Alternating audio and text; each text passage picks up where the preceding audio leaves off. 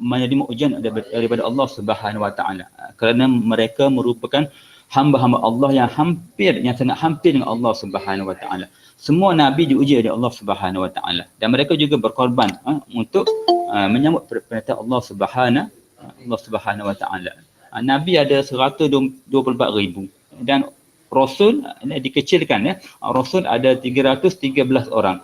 Semua diuji oleh Allah Subhanahu Wa Taala. Dan di kalangan 313 itu ada 25 nabi ataupun rasul yang nama mereka disebut di dalam Al-Quran Allah Subhanahu Wa Taala. Dan mereka juga diuji oleh Allah Subhanahu Wa Taala. Dan di kalangan 25 nabi dan rasul itu ada rasul yang mendapat title Ulul Azmi. Mereka inilah yang banyak diuji oleh Allah Subhanahu Wa Taala, dan antara rasul Ulul Azmi ialah Nabi Ibrahim alaihissalam.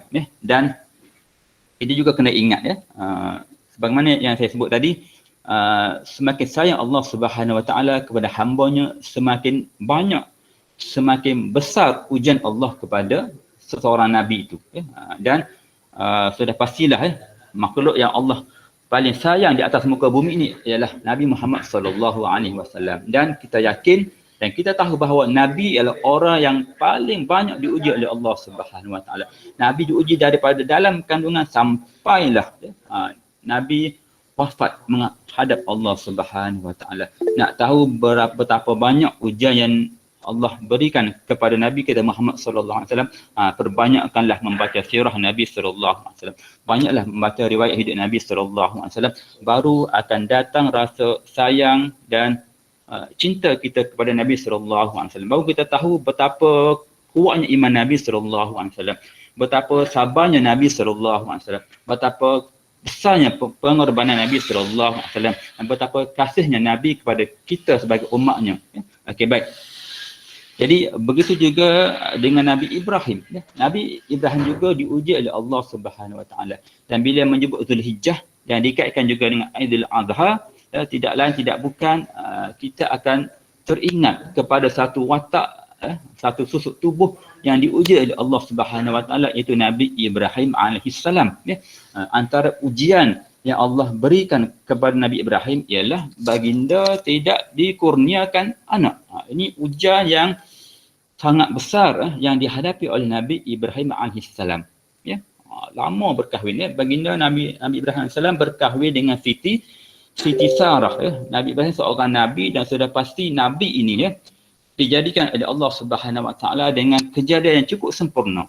Dan Siti Sarah juga mengikut riwayat ulama adalah wanita kedua tercantik di atas muka bumi ini selepas Siti Hawa alaihissalam. Jadi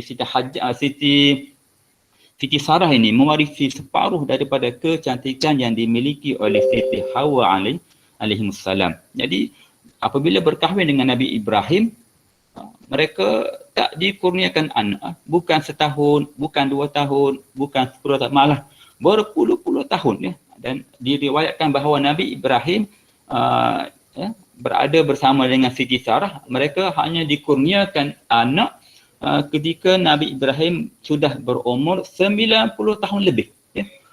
Tetapi bayangkan Nabi Ibrahim tidak pernah meninggalkan doa kepada Allah Subhanahu Wa Taala walaupun dia tahu isterinya tidak mampu untuk melahirkan anak. Dia yakin bukan belum dapat melahirkan anak, tapi memang tak mampu untuk melahirkan anak. Kerana Siti Sarah ini disifatkan sebagai perempuan yang hakim ataupun mandul. Tapi Nabi Ibrahim tidak pernah berhenti berdoa kepada Allah Subhanahu Wa Taala, habli minas solihin, ya Allah ya Tuhanku, kurniakanlah kepadaku anak yang soleh. Menggambarkan betapa Nabi Ibrahim ini sentiasa berbaik sangka dengan Allah Subhanahu Wa Taala. Hasbunallahu wa ni'mal wakil, wala haula wala quwwata illa billahil aliyil azim. Dan dia yakin suatu hari nanti Allah akan memakbulkan doanya. Ini doa yang selalu dibaca oleh Nabi Ibrahim alaihissalam. Habli minas solihin, dan akhirnya Allah makbulkan doa ini. Nabi Ibrahim dikurniakan anak ketika berumur 90 tahun lebih. 90 tahun lebih, maka lahirlah Ishaq alaihissalam. Okey, baik. Ishaq merupakan anak kedua kepada Nabi Ibrahim dan pasangannya Sarah alaihi salam. Okey, baik. Cuma yang saya nak fokuskan di sini ialah oleh kerana kita berbincang berkaitan dengan korban ya, Aidil Adha. Terpasti kita akan merujuk kepada sejarah pengorbanan Nabi Ibrahim dan anaknya Nabi Ismail serta isterinya Hajar. Hajar ini isteri yang dikahwini ya, oleh Nabi Ibrahim selepas bersama dengan Sarah tak dikurniakan zuriat. Nabi Ibrahim berkahwin dengan Hajar. Hajar ini ya, wanita Mesir yang diberi hadiah, yang dihadiahkan oleh Raja Mesir kepada Nabi Ibrahim, dan mereka berdua ni berkahwin ya. Apabila berkahwin dengan Hajar, mereka dikurniakan anak yang diberi nama Ismail. Maka bergembiralah Nabi Ibrahim AS. Lama menunggu, hampir diriwayatkan 86 tahun ya, Nabi Ibrahim mendapat anak Nabi Ismail ketika mana berumur 86 tahun. Bayangkan betapa lamanya Nabi Ibrahim menunggu untuk dikurniakan zuriat oleh Allah Subhanahu Wa Taala. Jadi kita boleh bayangkan betapa gembira Nabi Ibrahim menyambut kelahiran anaknya Ismail alaihi salam ya. Ditata dengan begitu penuh ya, disayangi dengan sepenuh hatinya. Tetapi dalam masa yang sama datang ujian Allah Subhanahu Wa Taala. Allah ingin menguji Nabi Ibrahim di antara Allah Subhanahu Wa Taala dengan nikmat dunia yang dikurniakan. Apakah pilihan apakah pilihan yang akan dipilih oleh Nabi Ibrahim alaihissalam. Jadi Nabi Ibrahim nak dahulukan siapa? Dahulukan perintah Allah ataupun nak dahulukan sayangnya kepada anaknya Ismail alaihissalam. Okey, bayangkan ya. Maka turunlah perintah Allah Subhanahu Wa Taala memerintahkan agar Nabi Ibrahim membawa isterinya Hajar dan anaknya Ismail ke satu tempat ya. Satu tempat yang Nabi Ibrahim pun tak tahu di mana tempat itu ya. Di mana tempat itu, berapa lama masa yang perlu diambil untuk sampai ke tempat tersebut, apa yang ada di tempat tersebut ya. Jadi ini Nabi sifat Nabi, semua Nabi-Nabi mereka sami'na wa ata'na, mereka patuh kepada perintah Allah Subhanahu Wa Taala tanpa perlu mereka mempersoalkan apa tujuan, apa sebab, kerana mereka yakin setiap perintah Allah Subhanahu Wa Taala mesti mengandungi hikmah, mesti mengandungi kebaikan dunia dan akhirat. Penghujungnya adalah kebaikan dunia dan akhirat. Jadi Nabi Ibrahim menerima dengan hati yang terbuka apabila diperintahkan oleh Allah Subhanahu Wa Taala untuk membawa Hajar dan Ismail ke satu tempat yang Nabi Ibrahim pun tak tahu di mana tempat itu ya. Maka bersiaplah Nabi Ibrahim bersama keluarganya, 3 orang Nabi Ibrahim, isterinya Hajar dan anak Ismail, dan diriwayatkan bahawa Ismail ketika itu berumur anggaran 3 atau 4 bulan, masih lagi bayi dan menyusu, dan Hajar baru sahaja selepas melahirkan anak, baru 3 bulan ya. Tetapi inilah keimanan yang ditunjukkan oleh Hajar dan Ibrahim, mereka patuh kepada perintah Allah Subhanahu Wa Taala. Maka siapkan Nabi Ibrahim menyiapkan persiapan untuk menunaikan perintah Allah Subhanahu Wa Taala. Okey, maka bermusafirlah Nabi Ibrahim, menyiapkan keperluan makanan, pakaian, kenderaan menggunakan unta, kerana untuk berjalan di padang pasir ini satu cabaran yang cukup besar ya. Okey, maka berjalanlah Nabi Ibrahim dengan mentaati segala perintah Allah Subhanahu Wa Taala, diperintahkan untuk pergi ke Mekah ya. Nabi Ibrahim tak pernah sampai ke Mekah ya. Di mana itu Mekah ya? Apa yang ada di Mekah Nabi Ibrahim pun tak tahu, tetapi patuh kepada perintah Allah Subhanahu Wa Taala. Okey, baik.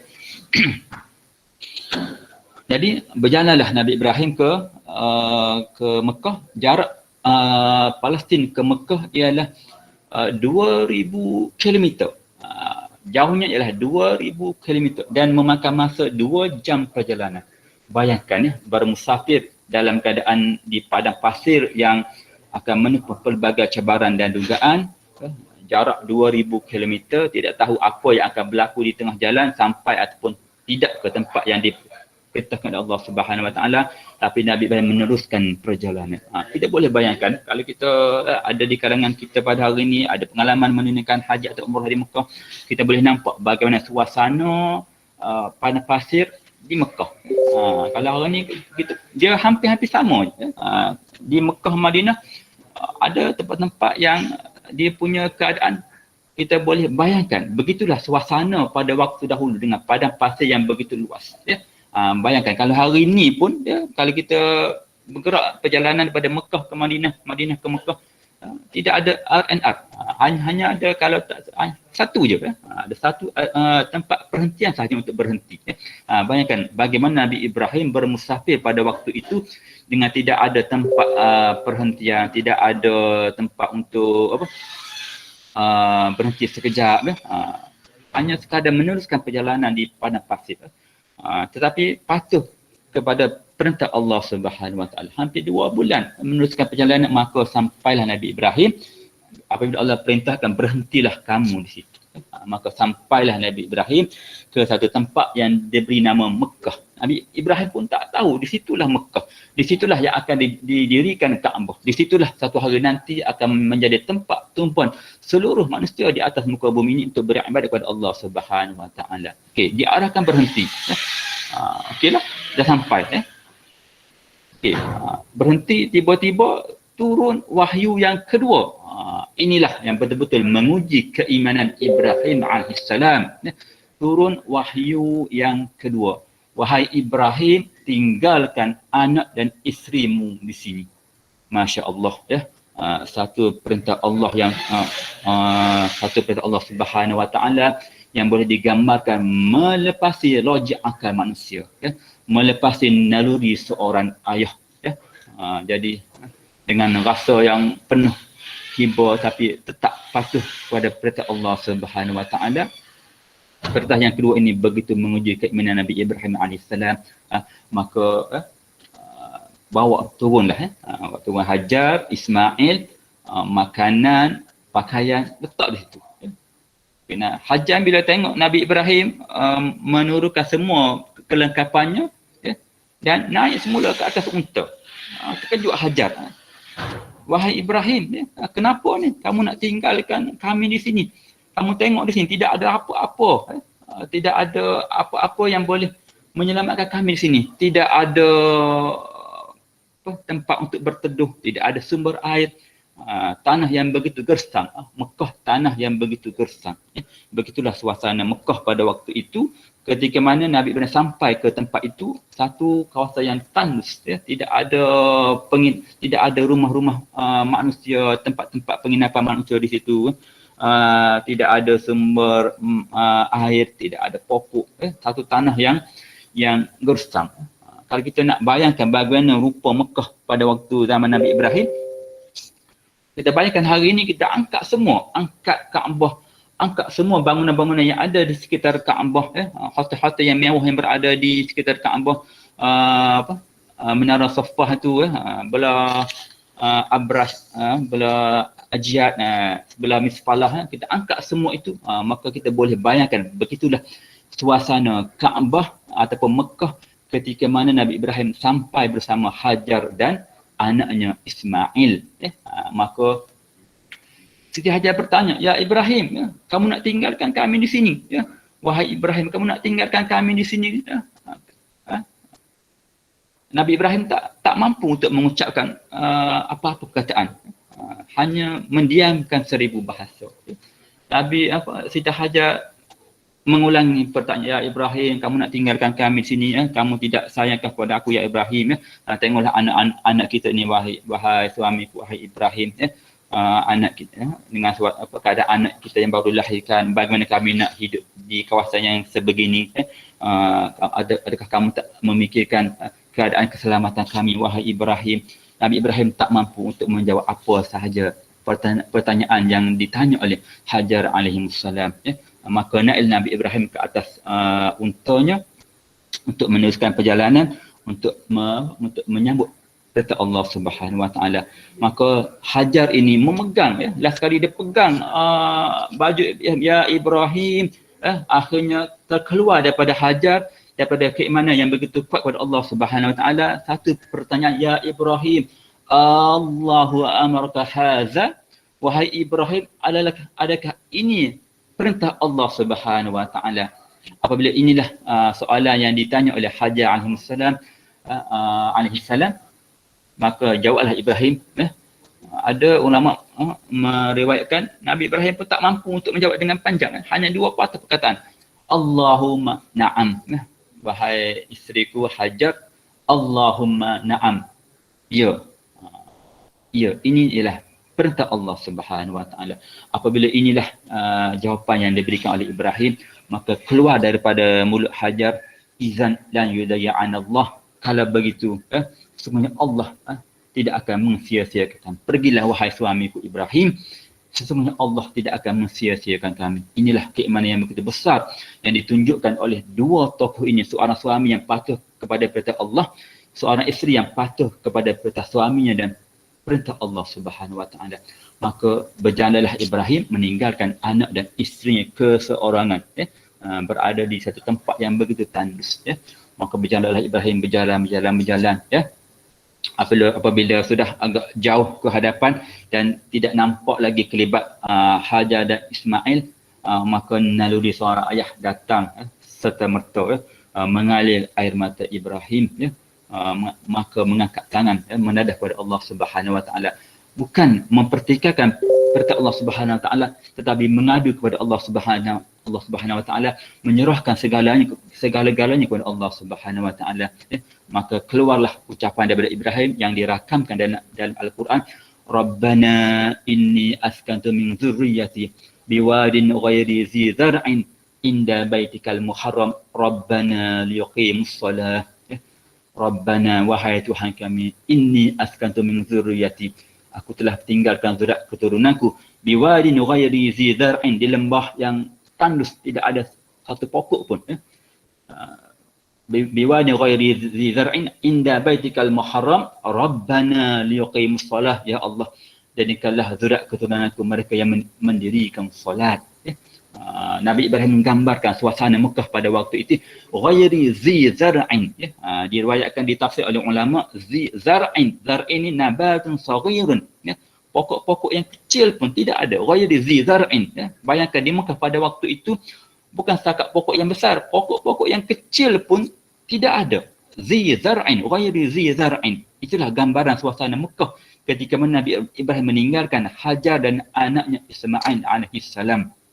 Dengan suasana yang begitu panas, kita boleh bayangkan kalau kita ada pengalaman ke Mekah dan ke Madinah, terutama ke Mekah, kita boleh bayangkan bagaimana panasnya suasana di Mekah itu. Suhunya hampir boleh mencecah 50 darjah. Kalau waktu haji boleh mencecah 50 darjah, panas. Begitulah gambaran keadaan Nabi Ibrahim ketika itu. Rabbana inni askantu min dzurriyyati biwadin ghairi zi zar'in inda baitikal muharram Rabbana liqimus shalah. Maka tinggalkanlah Hajar dan Ismail di situ berdua ini. Nabi Ibrahim balik semula ke Palestin, menyahut pada Allah Subhanahu Wa Taala dan menyerahkan segala-galanya kepada Allah Subhanahu Wa Taala. Maka beradalah Hajar bersama anaknya Ismail dengan berbekalkan sedikit bekalan yang dibawa, sedikit kurma dan sedikit air. Mungkin sekadar 2-3 hari, maka habislah bekalan itu. Dan kita semua sudah maklum bagaimana keadaan Hajar ketika mana berada di situ. Apabila habisnya bekalan makanan dan air, maka berlarilah Hajar daripada Safa ke Marwah mencari air. Safa Marwah mencari air untuk anaknya Ismail yang sedang menangis kehausan, mencari air. Maka dengan izin Allah Subhanahu Wa Taala, dengan kuasa Allah Subhanahu Wa Taala, maka terpancarlah air Zam-Zam di sisi Nabi Ismail alaihissalam. Mata air Zam-Zam ini digali oleh malaikat Jibril yang ketika itu berada di tepi Kaabah. Ini menggambarkan betapa ketentuan Allah Subhanahu Wa Taala. Dicari air antara Safa dengan Marwah, Safa ke Marwah, tapi airnya ada di Zam-Zam. Airnya ada di Zam-Zam. Maka dapatlah bekalan air di situ ya. Dan semua kita maklum dan kita faham ya, perbuatan Hajar itu berlari-lari mencari air antara Safa dengan Marwah dijadikan syariat oleh Allah Subhanahu Wa Taala dalam ibadat haji dan umrah. Nampak? Hanya perbuatan biasa sahaja. Sekadar berlari-lari sahaja. Tetapi apabila perbuatan itu adalah diredai oleh Allah Subhanahu Wa Taala, dia menjadi syariat yang difardukan kepada umat Islam ketika mana menunaikan haji dan umrah. Kalau tak sa'i, tak sah haji kita. Tak sah umrah kita. Walau nampak pada pandangan mata kita, itu perbuatan biasa. Ya. Berjalan. Ya. Bukan kata sujud, menampakkan ibadat, menggambarkan bahawa apa sahaja perbuatan, kalau ia adalah perintah Allah Subhanahu Wa Taala, ia akan menjadi ibadat di sisi Allah Subhanahu Wa Taala. Ataupun kalau perbuatan itu nampak macam baik, tapi ia bukan mengikut kehendak Allah Subhanahu Wa Taala, dia tidak menjadi ibadat di sisi Allah Subhanahu Wa Taala. Maka menjadi ibadatlah rukun dalam haji dan umrah, kita berjalan antara Safa dengan Marwah ya. Dan apabila diberi peluang untuk kita menunaikan haji dan umrah ya, ketika mana kita sa'i, maka ingatlah ya, inilah satu kisah pengorbanan Hajar dan Hajar ketika mana mencari air untuk anaknya Nabi Ismail AS berlari antara Safa dengan Marwah ya, sebanyak 7 kali menjadi rukun dalam ibadat haji dan umrah. Okay. Baik, apabila bagaimana yang kita sudah maklum, apabila tempat itu telah ada sumber air, maka makin ramai orang berada di situ ya. Kabilah-kabilah Arab daripada Bani Jurhum, daripada Yaman mula singgah di situ dan mula menyediakan tempat penginapan. Maka hiduplah Hajar Ismail bersama dengan kaum Arab di situ, kaum Jurhum membina penempatan. Maka Mekah menjadi satu tempat tumpuan manusia daripada satu tempat yang kecil semakin besar dan menjadi satu tumpuan penginapan ataupun tempat untuk didiami oleh manusia ataupun bangsa Arab pada waktu itu. Dan Nabi Ibrahim alaihissalam diriwayatkan sepanjang dia meninggalkan Hajar dengan Ismail di Mekah itu tak sampai 5 kali. Dalam tempoh hampir 15 tahun, tak sampai 5 kali Nabi Ibrahim pergi ke Mekah untuk menziarahi Hajar dan Ismail. Di sini kalau kita nak gambarkan secara logik akal kita, Ibrahim ni kenapa ni? Kenapa seorang bapa apabila tinggalkan anak tak ziarah, tidak lagi menziarahi anak dan isterinya. Tapi kita ingat ya, Nabi dan Rasul ini setiap perbuatan mereka adalah perintah dari Allah Subhanahu Wa Taala. Apabila Allah memerintahkan untuk buat, maka mereka akan buat dengan penuh keyakinan patuh kepada perintah Allah Subhanahu Wa Taala. Jadi Nabi Ibrahim bilangan yang berkunjung ke Mekah pun atas perintah Allah Subhanahu Wa Taala. Sekadar 5 kali sahaja sepanjang Nabi Ibrahim meninggalkan Hajar dan Ismail di Mekah.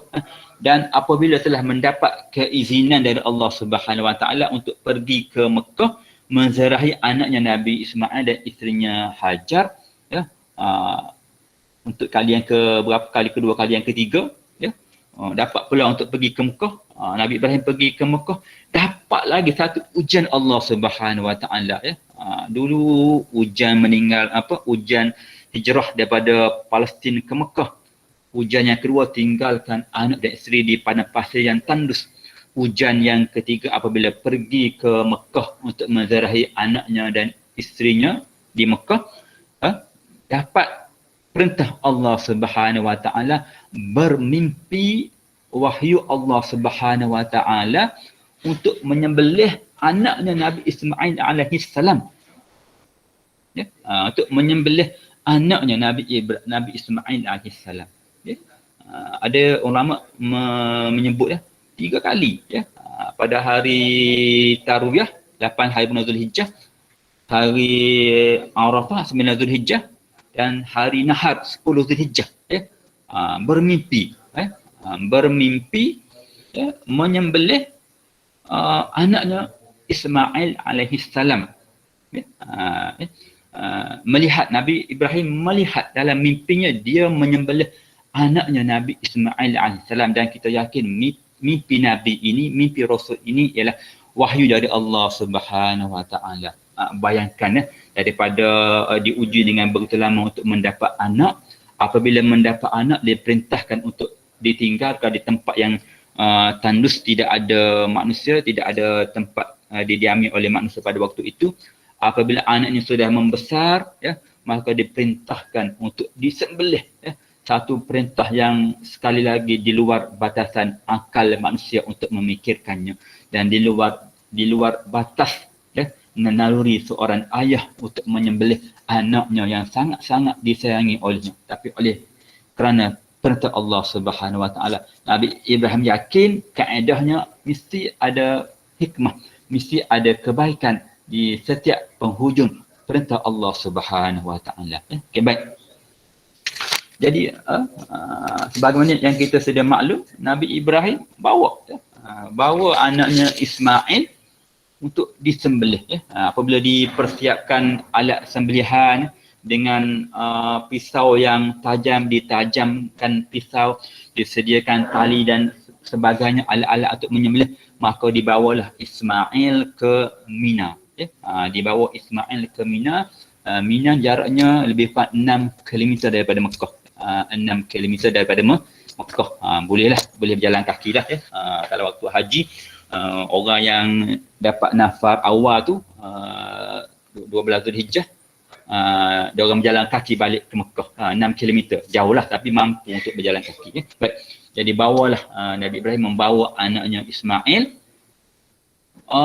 ke Mina, untuk menjalankan perintah Allah Subhanahu Wa Taala untuk menyembelih anaknya Ismail alaihissalam, ya. Maka di sinilah, ya, datangnya syaitan mengganggu, ya. Ketika mana sampai di Jamratul Ula, tempat orang melontar ini kan, ketika hari ini jemaah haji lontaran pada 10 Zulhijjah di Jamratul Ula, sampai di situ datang syaitan, sebagaimana yang kita sudah maklum, syaitan, ya, ketua kepada syaitan, iblis datang kepada Nabi Ibrahim untuk untuk meragukan Ibrahim di atas perintah Allah Subhanahu Wa Taala, ya. Wahai Ibrahim, ya, kamu ni apa kamu ni, ya. Allah dah uji kamu dengan berbagai-bagai ujian, tapi ujian kali ini di luar batasan akal manusia. Wahai Ibrahim, ya, kamu telah diuji dengan tidak mendapat anak, kamu telah dapat anak, tapi diperintahkan oleh Allah Subhanahu Wa Taala untuk menyembelih anak. Wahai Ibrahim, fikir balik Ibrahim, ini bukan perintah Allah ni. Mana mungkin Allah, ya, yang bersifat kasih sayang itu memerintahkan hamba-Nya untuk menyembelih anaknya sendiri. Wahai Ibrahim, ya, syaitan cuba untuk meragukan hati-hati Ibrahim alaihissalam. Ibrahim ni dengan penuh keyakinan kepada Allah Subhanahu Wa Taala, kerana dia yakin itu adalah perintah Allah Subhanahu Wa Taala. Ambil batu, baling syaitan, baling di Ula. Perbuatan inilah, sebagaimana yang kita sudah maklum, menjadi ibadat haji pada hari ini, 10 Zulhijjah. Jemaah haji akan melontar di Jamratul Aqabah, ya. Okey. Tapi kalau waktu tu, waktu Nabi Ibrahim tu, lontaran pertama di Ula, Jamratul Ula. Okey, tak mampu syaitan pada waktu itu, kali pertama tak mampu untuk menggoda Ibrahim. Bawa semula ke sebelah Jamratul Wusta. Datang lagi syaitan. Wahai Ibrahim, kamu tak sayang anak kamu ke? Kamu ni bapa, bagaimana naluri seorang bapa, teragama kamu untuk menyembelih anak kamu, wahai Ibrahim. Nabi Ibrahim ambil batu, baling syaitan tersebut, ya.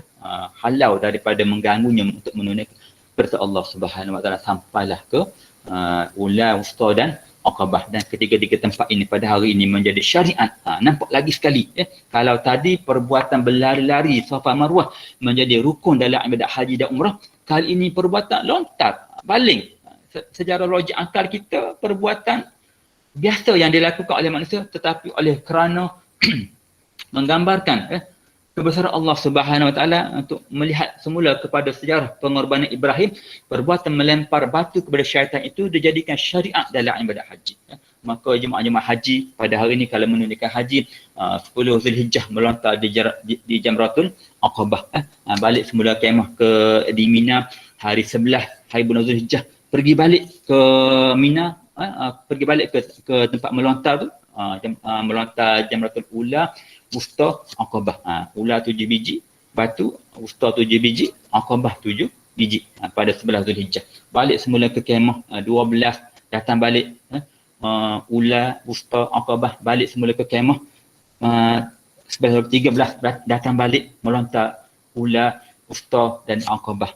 7 menjadi syariat dalam ibadat haji, memperingati peristiwa perbuatan Nabi Ibrahim melontar ataupun membaling syaitan ketika mana syaitan mengganggu untuk meragukan Ibrahim daripada melaksanakan perintah Allah Subhanahu Wa Taala.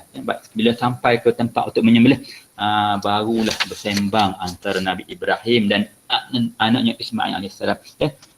Dialog ini dirakamkan dalam Al-Quran.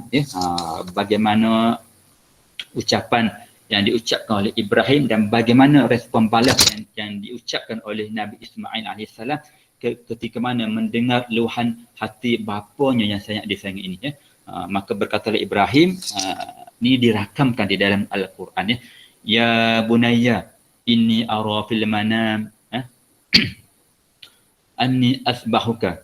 Wahai anakku, aku melihat dalam mimpiku, inni asbahuka, aku menyembelih kamu. Fanzur madza tara. Maka apa pendapatmu wahai anakku Ismail? Tanya anak, tanya. Walaupun ini perintah Allah, tapi adab seorang bapa bertanya kepada anaknya, apa pandangan kamu wahai Ismail? Aku bermimpi dalam mimpiku, aku menyembelih kamu wahai anakku Ismail. Maka jawab Ismail, qala ya abati if'al ma tu'mar. Wahai bapaku, if'al ma tu'mar, lakukanlah apa yang diperintahkan oleh Allah Subhanahu Wa Taala. Satajiduni insyaallah minas sabirin. Semuanya kamu akan mendapati aku ini di kalangan orang yang sabar. Nampak tak? Ini jawapan respon daripada seorang hamba Allah Subhanahu Wa Taala, anak kepada Nabi Ibrahim yang bernama Nabi Ismail, yang suatu hari nanti akan menjadi Nabi dan Rasul Allah Subhanahu Wa Taala. Seorang pada waktu itu Nabi Ismail baru berumur 15 atau 16 tahun, memiliki iman yang setinggi gunung, samudera laut yang luas. Apabila iman yang begitu tebal kepada Allah Subhanahu Wa Taala dengan penuh redha, qala ya abati, wahai bapaku, if'al ma tu'mar. Jawapan balas yang pun di luar batasan kewarasan akal manusia untuk mengeluarkan jawapan yang sebegini.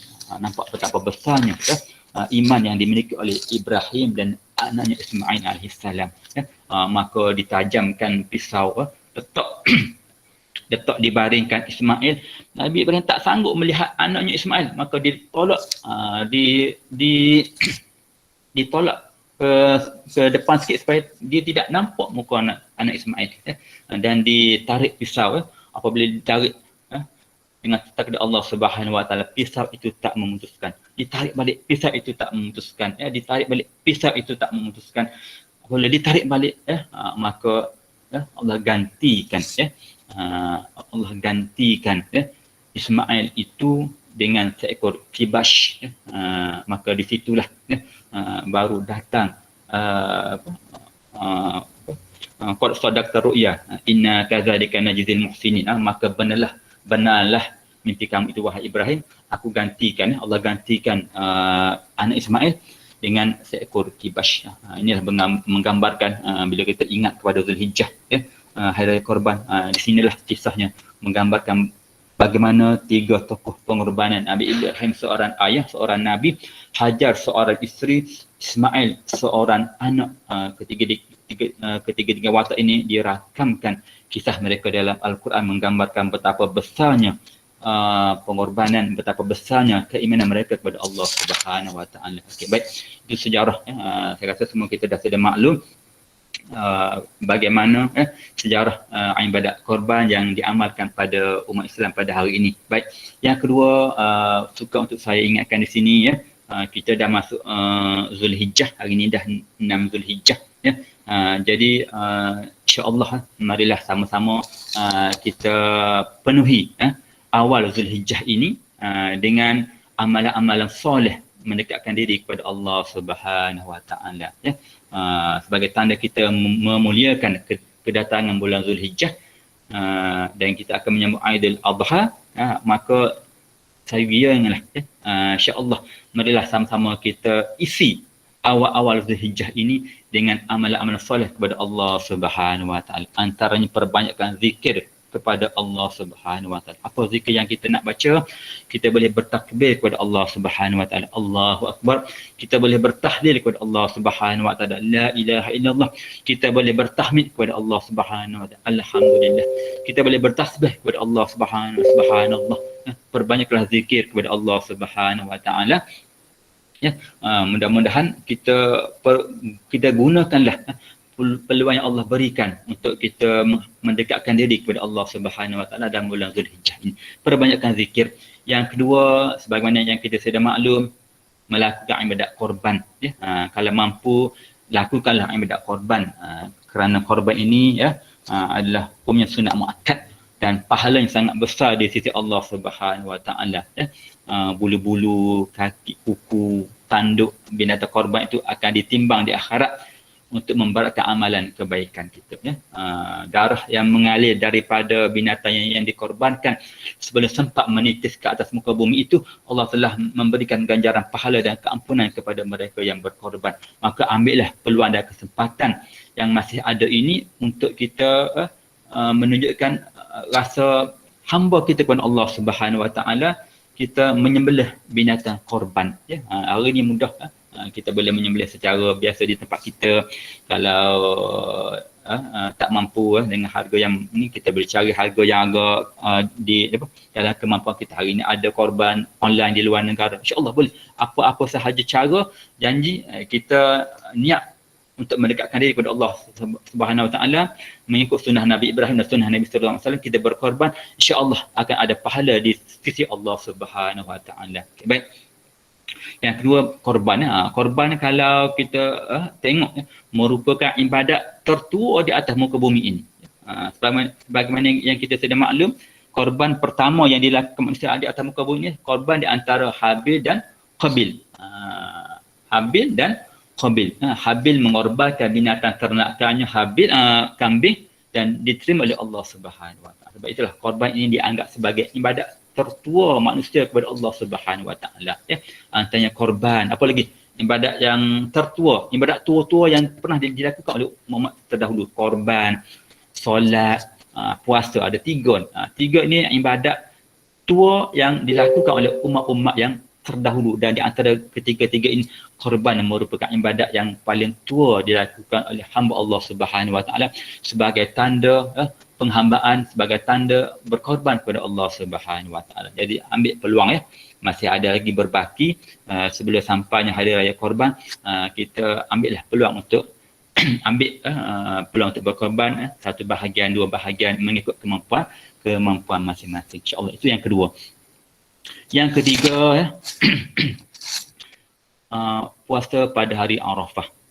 Amalan yang ketiga yang sangat-sangat digalakkan ialah puasa pada hari Arafah ya. Hari Arafah ini ialah pada 9 Zulhijjah ya. Kalau tahun ini hari Isnin 9 Zulhijjah ya.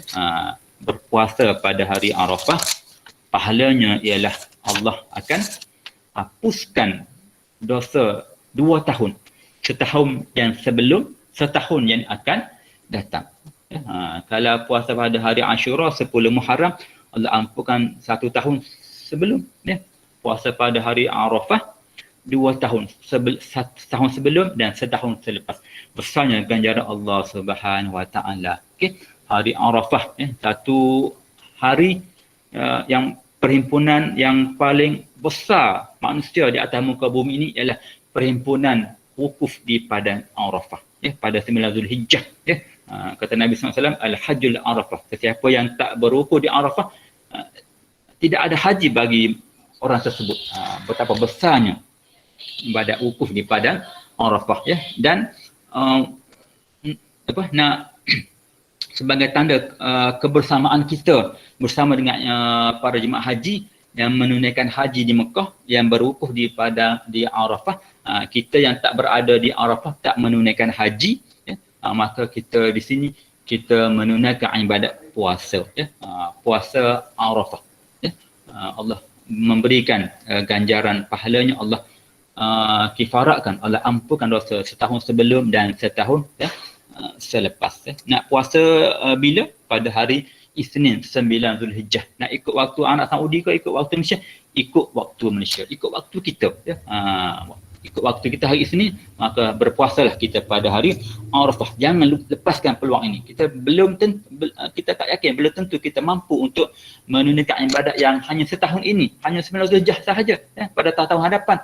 Jadi peluang yang Allah berikan pada tahun insya-Allah dipanjangkan umur oleh Allah Subhanahu Wa Taala. Tunaikanlah puasa hari Arafah. Pada hari Arafah itu Allah makbulkan segala doa. Malaikat turun ke dunia. Ainal munada, di mana hamba-hambaku yang berdoa mengharapkan Allah perkenankan doa. Maka berdoalah kita pada hari Arafah. Perbanyakkan doa kepada hari Arafah. Kalau kita tengok jemaah haji pada hari Arafah, maksudnya waktu wukuf, gelincir matahari, waktu zuhur, mereka selepas zuhur, selepas khutbah Arafah, mereka keluar daripada kemah. Berada di kawasan yang lapang, mengangkat tangan, berdoa kepada Allah Subhanahu Wa Taala. Dan kita boleh nampak bagaimana kalau jemaah yang berada di sekitar Jabal Rahmah, mereka naik ke atas gunung, atas bukit, berdoa kepada Allah Subhanahu Wa Taala. Tapi kalau jemaah Malaysia tak kita berada ni, kita berada di tempat lain, di tempat yang agak landai, kemah-kemah untuk Malaysia, maktab-maktab Malaysia berada di tempat yang landai. Tapi boleh tengok bagaimana jemaah haji keluar daripada kemah masing-masing, bermunajat, berdoa kepada Allah Subhanahu Wa Taala, merebut peluang waktu mustajabnya doa kepada Allah Subhanahu Wa Taala. Begitulah amalan yang dilakukan oleh jemaah haji di Mekah. Begitu jugalah amalan yang kita lakukan di tempat kita. Walaupun kita tak mampu, kita tak berada di Arafah untuk berwukuf, kita berada di tempat kita, di negara kita, amalan yang sama juga kita buat sebagai tanda kita mengabdikan diri kepada Allah Subhanahu Wa Taala. Maka perbanyakkanlah berdoa kepada Allah Subhanahu Wa Taala pada hari Arafah, berpuasa dan berdoa kepada Allah Subhanahu Wa Taala, kerana kata Nabi SAW, khairud du'a yaumul Arafah. Sebaik-baik doa ialah doa pada hari Arafah. Sebaik-baik doa ialah doa pada hari Arafah. Jadi jangan tinggalkan kesempatan berada pada 9 Zulhijjah untuk berpuasa Arafah dan berdoa kepada Allah Subhanahu Wa Taala, dan juga perbanyakkanlah ucapan zikir kepada Allah Subhanahu Wa Taala. Antara ucapan yang terbaik, sebaik-baik ucapan ialah menyebut la ilaha illallah wahdahu la syarikalah, lahul mulku wa lahul hamdu wa huwa ala kulli syai'in qadir.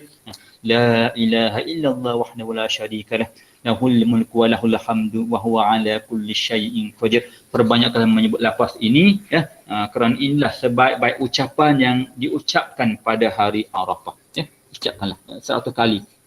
Kalau bukan berada pada hari Arafah, hari-hari biasa, ini sunnah, ini sunnah Nabi SAW. Ini antara koleksi zikir-zikir yang dibaca pada waktu pagi dan waktu petang 100 kali. La ilaha illallah wahdahu la syarikalah, lahul mulku wa lahul hamdu wa huwa ala kulli syai'in qadir. 100 kali. Ini zikir biasa pagi dan petang. Kalau maksurat 3 kali. La ilaha illallah wahdahu la syarikalah, lahul mulku wa lahul hamdu wa huwa ala kulli syai'in qadir. 3 amalan yang boleh kita rebut sepanjang kita berada di awal Zulhijjah ini, iaitu perbanyakkanlah zikir kepada Allah Subhanahu Wa Taala, dan boleh juga berpuasa pada awal-awal Zulhijjah ini, 1 hingga 9 Zulhijjah, dan berpuasa pada hari Arafah 9 Zulhijjah, pada hari Isnin nanti, dan perbanyaklah doa pada hari Arafah, insya-Allah. Rebutlah peluang ini. Mudah-mudahan kita digolongkan dalam golongan hamba-hamba Allah yang sentiasa mendekatkan diri kepada Allah Subhanahu Wa Taala, dipilih untuk menjadi hamba-hamba Allah yang diridai oleh Allah Subhanahu Wa Taala dunia dan akhirat. Walaupun kita 2 tahun ini kita menghadapi satu cabaran ujian dari Allah Subhanahu Wa Taala, jemaah tidak dapat menunaikan haji, tapi dalam masa yang sama kita redha dengan ketetapan Allah Subhanahu Wa Taala. Paling sekurang-kurangnya kita ambillah peluang Aidil Adha itu untuk kita buat, jangan tinggalkan ibadat-ibadat, masya-Allah. Okey, dan dalam masa yang sama apabila menyebut Aidil Adha, bila menyebut haji, tanamkan dalam jiwa kita, ya Allah ya Tuhanku, permudahkanlah aku ya Allah, pilih aku ya Allah untuk menjadi dhuyufur rahman, untuk menjadi tetamumu ya Allah. Mesti tanamkan dalam hati kita, suatu hari nanti kita akan menjejakkan kaki di tanah haram Mekah dan Madinah untuk menunaikan haji dan umrah. Kena ada usaha, bukan setakat niat, kena ditunjukkan dengan usaha kita. Antara usahanya kita kita buat persiapan, kita ada sedikit simpanan tabungan untuk haji dan untuk haji, ya. Kita daftar nama kita di tabung haji supaya kita dipilih untuk menunaikan ibadat haji, ya. Persoalan bila giliran kita itu serah kepada Allah Subhanahu Wa Taala, kerana haji ini ialah dhuyufur rahman, tetamu Allah Subhanahu Wa Taala. Apabila orang itu dipilih oleh Allah Subhanahu Wa Taala, dia tetap akan menjadi tetamu Allah Subhanahu Wa Taala, insya-Allah, ya. Banyak berdoa kepada Allah Subhanahu Wa Taala, ya Allah ya Tuhanku, izinkanlah Allah untuk aku menunaikan haji ya Allah, ya. Izinkanlah Allah, berilah keizinanmu ya Allah, permudahkanlah Allah urusan aku untuk menunaikan haji dan umrah ya Allah. Kerana apabila kita menunaikan haji dan umrah, kita pergi ke sana dalam keadaan kita rehlah al-qalbiyah, kita bermusafir dengan penuh hati kita. Di situ kita dapat menggambarkan keimanan kita akan bertambah kepada Allah Subhanahu Wa Taala. Kita boleh menggambarkan bagaimana suasana Nabi sallallahu alaihi wasallam berada di Mekah, ya. Kita boleh nampak bagaimana perjuangan Nabi sallallahu alaihi wasallam ketika mana berada di Mekah, ya. Kita boleh nampak bagaimana sejarah Nabi Ibrahim ketika mula membuka Mekah menjadi tempat tumpuan manusia untuk beribadat kepada Allah Subhanahu Wa Taala. Apabila kita rehlah ke Mekah, ke Madinah, akan mendatangkan keimanan yang begitu besar kepada Allah Subhanahu Wa Taala, kerana setiap inci bumi Mekah dan Madinah itu ada sejarah-sejarahnya yang tersendiri, ada sejarah pengorbanan Nabi sallallahu alaihi wasallam, insya-Allah, ya. Okey, perbanyak doa kepada Allah Subhanahu Wa Taala. Kalau tak mampu untuk kita tunaikan haji, maka doa kepada Allah Subhanahu Wa Taala untuk dapat kita menunaikan umrah, menjejakkan kaki di bumi Mekah dan Madinah, insya-Allah. Okey, baik. Rasa setakat itu sahaja sekadar perkongsian ringkas pada pagi ini, berkaitan dengan kita ta'zim dan kita memperbesarkan Zulhijjah dan Aidil Adha.